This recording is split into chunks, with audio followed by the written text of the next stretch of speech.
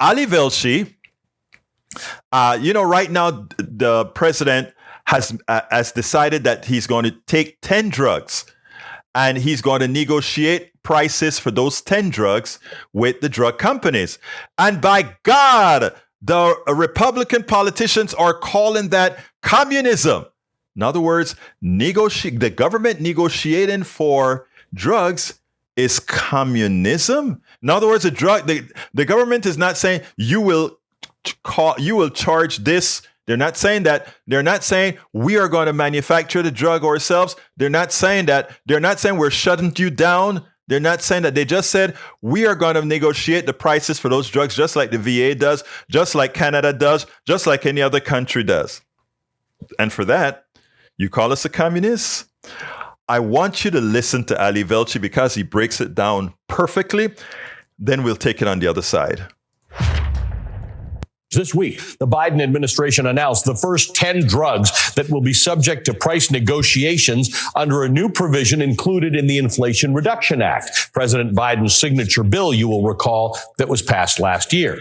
Now, the list targets some of the most commonly used drugs that help treat conditions like diabetes, heart failure, chronic kidney disease, blood cancers, arthritis, Crohn's disease, as well as blood thinners that prevent strokes and blood clots. According to the Department of Health and Human Services, about 9 million Medicare beneficiaries used one or more of these 10 drugs in the past year and paid a total of $3.4 billion out of pocket for those medications. That's on top of the $50.5 billion that the government spends on these same drugs every year. The federal government is the largest buyer of prescription drugs in the United States. Now, theoretically, in a market system, that would mean that it should have some measure of influence over those drug prices, a power that has been specifically nullified by something called the non-interference clause.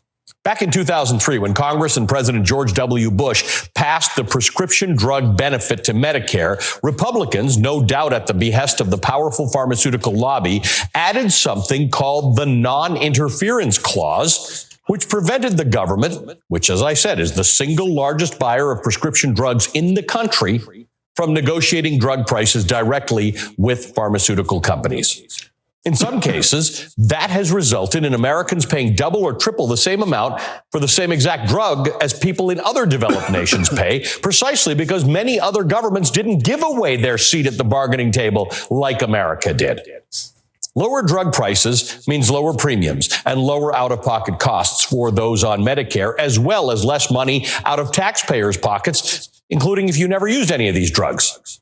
This one change in federal policy is a big deal because it has the opportunity to fundamentally change prescription drug pricing in the United States to the benefit of millions of Americans. But it wouldn't seem that way if you were only paying attention to Republicans' reactions to it this week.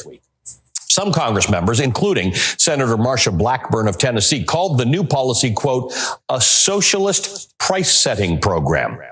Meanwhile, former United States ambassador and presidential candidate Nikki Haley went as far as to call the entire Inflation Reduction Act, quote, a communist manifesto. So let's get one thing clear. This policy is less like communism and more like Costco. Like Costco, Medicare now has the ability to purchase products from a manufacturer and bargain down the price so that in turn it can offer those products to its members at lower prices. Drug manufacturers can opt in or opt out. And likewise, nothing prevents consumers from shopping elsewhere to buy the same or similar products at a lower cost or a higher cost. The free market doesn't mean that manufacturers can set whatever price they want. More choices mean that consumers have more buying power. That is actually what capitalism is. This is capitalism working as it should. Under communism, there would be no negotiation at all. There wouldn't be anyone for the government to negotiate with because under communism, private businesses would cease to exist. Communism is a political and economic ideology that promotes a society in which all property and wealth is communally owned. To live under communism is to relinquish every aspect of your life to the government. Goods and services are rationed out from food, housing, toilet paper, even electricity. Citizens are expected to devote their lives in service of the government and its ideology and to glorify the military and its leaders. There are few communist nations today because it is a failed and despised ideology, and rightly so. But calling politicians communist has become easier to dismiss in this political climate because it's become so normalized, particularly by the Republican presidential frontrunner, the failed former president, Donald Trump, who uses the terms socialist, Marxist, and communist freely and interchangeably. They're catch-all words that some Republicans have become much more comfortable using to signal that a certain political opponent or policy is bad, without having to actually explain why or how they're bad or what you do in their place. Nikki Haley's presidential team has taken this one to the next level. They've been targeting Democrats that they think are, quote, soft on China by posting a series of communist-style images complete with the hammer and sickle titled Comrades of the Week. The images are so far beyond the pale. People throughout this country have been punished, they've been imprisoned, and they have been killed for the mere suggestion or suspicion that they were a communist sympathizer. Nikki Haley, like everyone else, has the right to disagree with her fellow politicians and their policies, but not if she's going to use dangerous and fear-mongering rhetoric. Be honest. Debate the policies based on their merits. Don't call people communists. Don't call things communist that aren't. You know, and I can tell you, Ali Velshi is a true capitalist. He believes in good regulated capitalism. And, you know, when does regulated capitalism become something else? That's where I'm at. I am not at all. I mean, Ali Velshi is, you know, he's a part of the business community, etc., but he believes in honesty in capitalism, honesty in business. I am I'm to the left of that in this regards.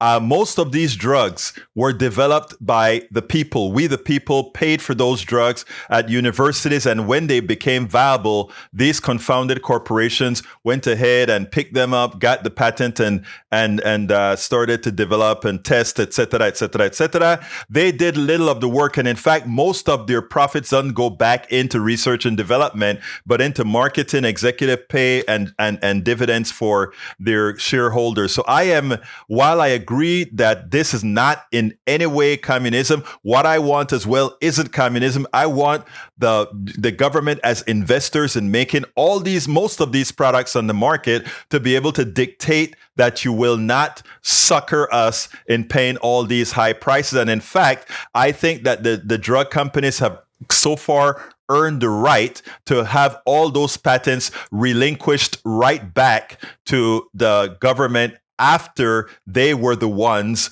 who's had the initial development of the drugs. And then what I think should be done is if the government wants, they can hire these big pharma companies to manufacture the drugs. And if they say, well, no, we're not interested, we build the factories and manufacture them ourselves. It's important because they don't, again, please tell me, what value do they add other than marketing, other than extending the price to ridiculous levels for others? I do not believe in our current healthcare systems. There are portions of our systems that do not, I repeat, do not belong at all in the profit domain. That is healthcare, energy, and some other social programs do not belong in the for-profit market. There's a lot of room for millions of other things that belong in the for-profit domain,